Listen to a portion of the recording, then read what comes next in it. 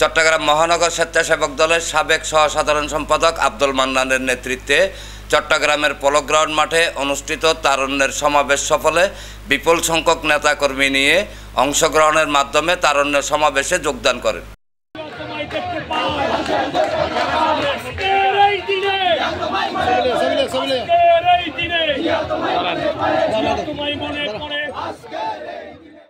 শনিবার দুপুরে স্বেচ্ছাসেবক দল নেতা আব্দুল মান্নান নগরের বাইজিদ থানার আনন্দবাজার এলাকা থেকে কর্মী বহন নিয়ে বিভিন্ন সড়ক হয়ে তারুণ্যের সমাবেশে যোগ দেন। এ সময় পাঁচলাশ থানা স্বেচ্ছাসেবক দলের যুগ্ম আহ্বায়ক মোহাম্মদ কামাল হোসেন, সদস্য মোহাম্মদ ভুট্টু, স্বেচ্ছাসেবক দল নেতা মোহাম্মদ নাসিম, মোহাম্মদ মালেক জমাদ্দার, মোহাম্মদ রনি, মোহাম্মদ ইসমাইল সহ আরও অনেকে উপস্থিত ছিলেন।